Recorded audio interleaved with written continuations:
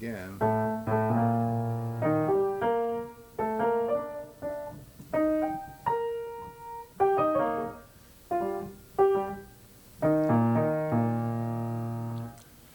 Couple of suggested practicing techniques.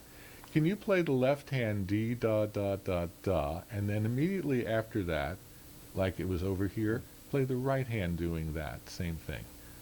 Da, da. And now the right hand, but in this octave. So now you've got da, da, da, da, but do it slowly. Da, da, da, da, da, da. Okay, they don't sound imitative enough of each other. Huh.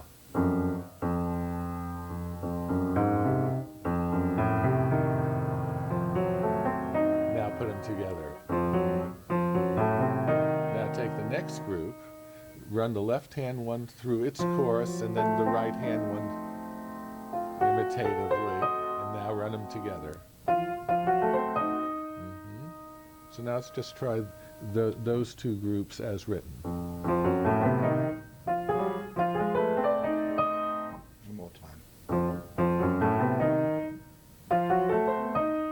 Now a little exercise for you. If you can hold your fingers out in front of you, and consider that your fingers are free to float in various directions. You're used to moving them this way. But they're also free to move this way and that way, this way and that way. Remember Mr. Spock in the original Star Trek, and the Vulcan lives long and prospers. The different fingers can bunch together in different ways. Like in this thing, this is exactly what has to happen here. Right. Spaces need to open up someplace. Other fingers need. So just hold your fingers out and feel how your fingers have the ability to adapt left and right. Yes.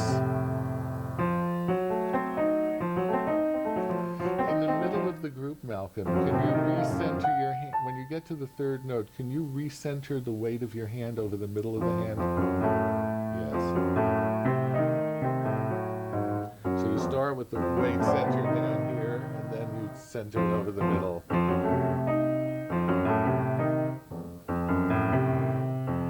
So just in your left hand for a moment, can you let the fourth and fifth finger just sort of slide over to the left a little?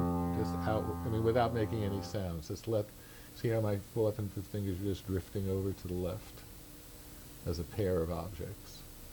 Oh, I see what you're saying. Just those two fingers move off on their own, leaving a space between the fourth and the third finger.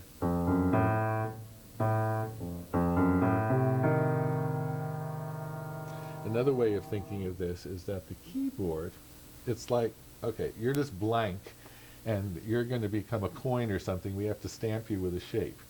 Well, here comes the shape. Yeah. Right. And that makes your fourth and fifth fingers get a little closer. I just stick something in there, and I stick a little something in there, a little more in here than in those places. I just open your hand up into that position.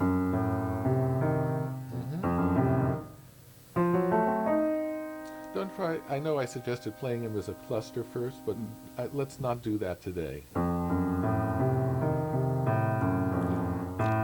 So when you go from this to this, actually, let's do this as an exercise. Play F and then E flat with your thumb.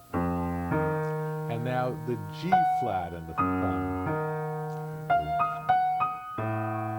Just the first two notes, the F and the G flat. So when you go from this note to this note, feel like you're passing through a pivot point up there on the other side of the hand. Like you can just, yes, you can just rest. Good. You can actually even rest your thumb on the E flat as you want as you go from the F to the... Let this help the pivot from the fifth to the fourth finger.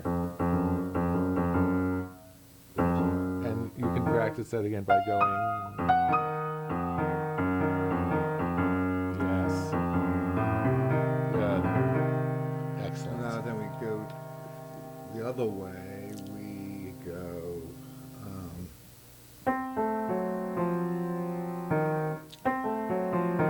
So you want to feel, if perhaps since you've got, I would go G flat up to the C, then F up to the C, and then E flat. I would do it from this Oh, I side. see. And make the C be much more important as an anchoring pivot to the other. You see, that enables you to play this Okay. really comfortably. Okay.